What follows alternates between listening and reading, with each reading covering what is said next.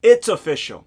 Jesse Marsch is the new I'm getting ahead of myself. He is the new RB Leipzig manager. And yes, we made a poll here on YouTube for you guys to vote on what video to make, and you voted for this video. And since we're a democracy and not a dictatorship, we went with this video. So in this video, we're going to talk about how Jesse Marsch's transfer happened, the other clubs that were interested. We're also going to talk about what to expect from him at Leipzig. We're going to talk about his tactics on RB Salzburg, and for that, we had Brenden Aarronson in this video from a video that I recorded with him a while back. We'll be here in this video talking about Jesse Marsch's tactics. We're going to talk about what to expect from his tactics in Leipzig, and at the very end of the video, I'm going to tell you how this affects the USMNT, if it even does affect the USMNT in the future. But with that said, I kind of want you guys to comment down below, what do you expect from Jesse Marsch at Leipzig, and I also want you to comment if he is the next one in line for the USMNT job after Berhalter, whenever Berhalter leaves. And a big thank you to OneFootball for sponsoring this video and for being one of my main sources as well with any updates that I need in analysis. So big shout out to them. 2 birds, 1 stone right there for me. But look. It's not called football. It's called soccer. OneFootball is the perfect soccer app. On it, you can follow your favorite player, league, tournament, match highlights, match trackers, videos, everything you need. So it's very customizable. I use it myself for the USMNT Abroad series and when I need certain specific information on certain players, when I'm not able to watch the game as well. Look, I'm not trying to sell you a product because the link down in the description is a free download on your iPhone and your Android. So you can feel free to do it. If you do it, you'll be helping me. You'll be helping yourself as well. So a big thank you to OneFootball for sponsoring the video, supporting us from Tactical Manager TV, independent creators. And also you guys can support us as well because it is free to download the app down in the description. It is also free to hit the like button. So you guys can do both of that right now. Download the link and hit the like button because it's all free. There's also one thing to say. Maybe if we get enough downloads, we can get them to change from OneFootball to OneSoccer. So let's try to make that happen. And thank you once again, OneFootball.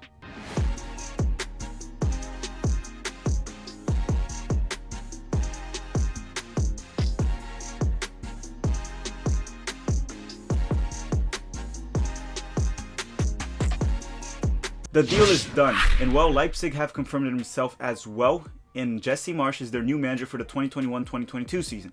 Jesse Marsch had an offer from different clubs such as Eintracht Frankfurt and Tottenham, but he ended up going with Leipzig as expected. So now that he took over RB Leipzig, what will happen there? Well, essentially that's anyone's guess, but let's try to put some context and understand the situation and try to project what RB Leipzig will look like this season and the expectations. RB Leipzig, when they first arrived in the Bundesliga in the 2016-2017 season, they finished 2nd place. Besides the 2017-2018 season where they finished 6th, they always managed to finish top 3. The expectation for him at Leipzig should be to a bare minimum qualify to the Champions League. Now to a maximum, it would be probably end the Bayern dynasty. That would be something we would all love to see. But to a bare minimum, he has to stay top 4 every season that he's there.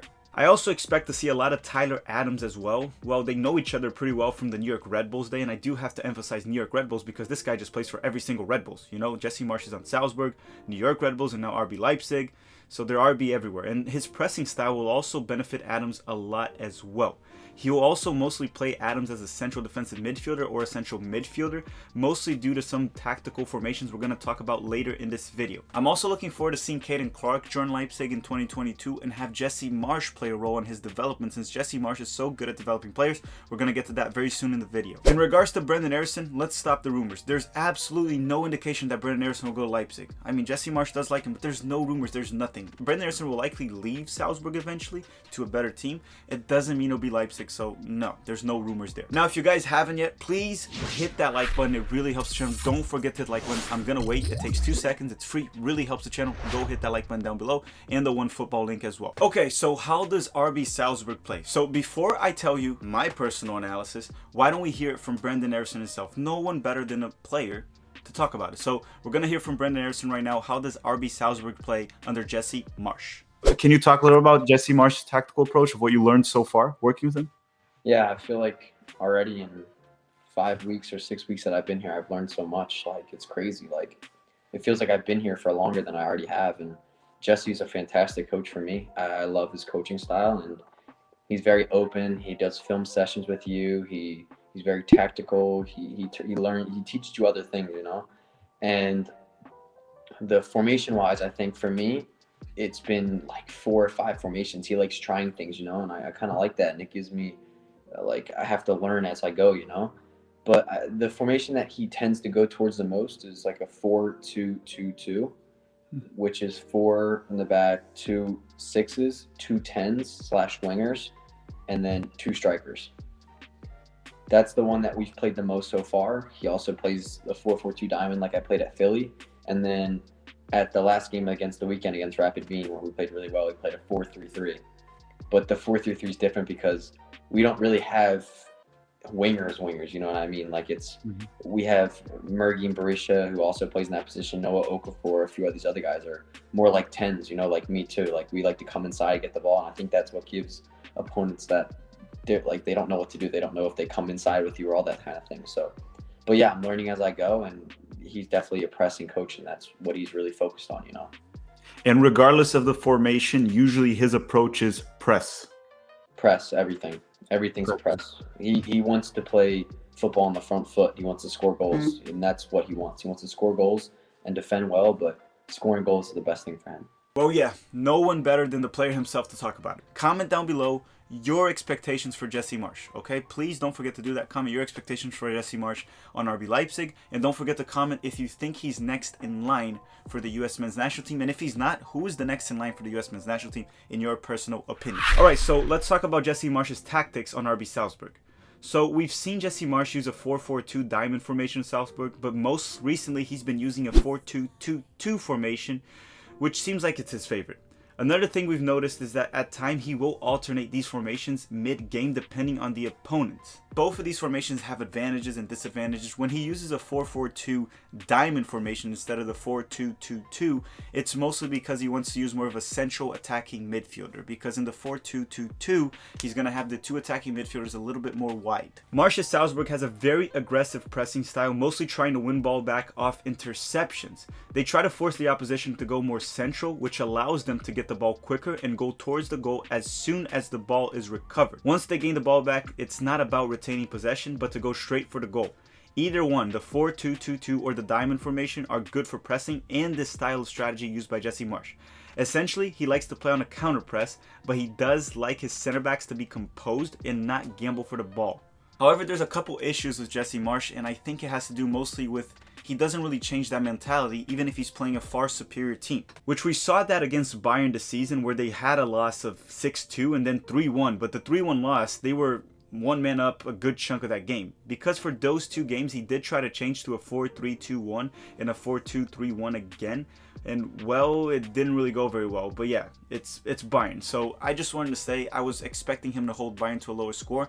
He tried to change formation there. It didn't work. So the only success we've seen with him is the 4-2-2-2 and the 4-4-2 diamond on Salzburg. So he did struggle to change that tactical mentality, not just the formation, and that's one of the issues I had with him. But you know, in Leipzig, he's gonna have more resources, so maybe he can make that work. So now let's dive into RB Leipzig and compare a little bit of him with Nagelsmann and see what we should expect from Jesse Marsch at Leipzig from a tactical standpoint and even a playing style. Okay, before we get to Jesse Marsch, let's look into a little bit how Nagelsmann played Leipzig this season. For this season under Nagelsmann, Leipzig have gone with a 3-1-4-1 formation and a 3-4-2-1 formation. Solid defense along with high pressing system makes Leipzig the best defense in the Bundesliga. But yes, we did see the 4-2-2 this season a few times with Nagelsmann, just not very much like in the past. Now, Leipzig does currently play and like to hold the ball, have possession, get players involved, a lot of touches. They try to pass the ball around and get more players involved, which is very different from what Jesse Marsch does at RB Salzburg. However, that changed mostly this season. That's not how Leipzig used to play. Nagelsmann implemented. Leipzig used to play on a 4-2-2-2 formation, a 4-4-2 formation back in the 2019-2020 season, and I can see them going back to that under Jesse Marsch, especially after the departure of Upamecano and many other defenders that are rumored to leave, which would weaken the back 3. Alright, so I do expect Jesse Marsch to put a 4-defender formation in this team. How will it go? I'm not 100% sure.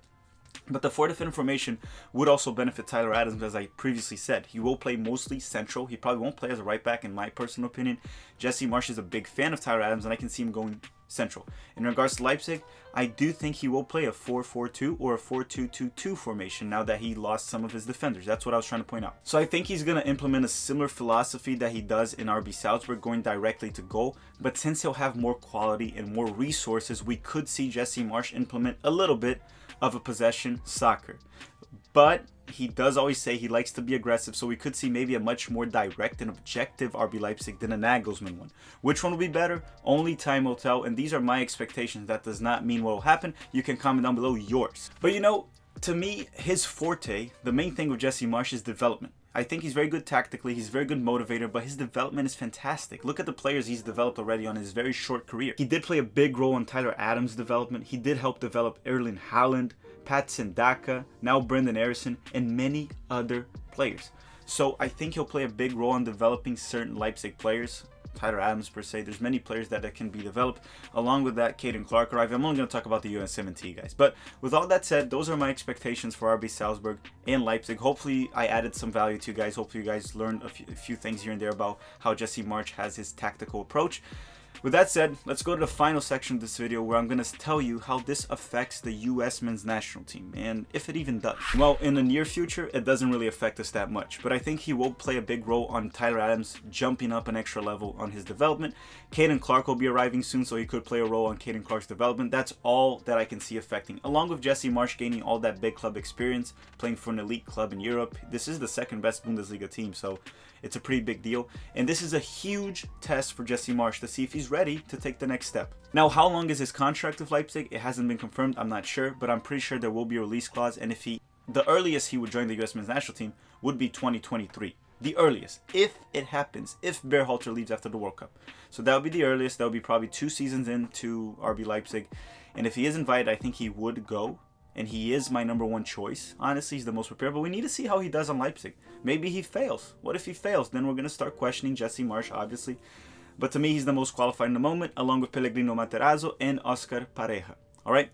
I want to thank you guys very much for watching. Hopefully, I added some value in regards to tactics and everything in regards to Jesse Marsch. Hopefully, you learned a thing or two. I love making these videos. And guys, a way to support the channel is by hitting the like button and hitting that notification bell if you haven't already. And the OneFootball app link that's on the description. So I want to thank you all very much for watching. You guys have been amazing and have a great day.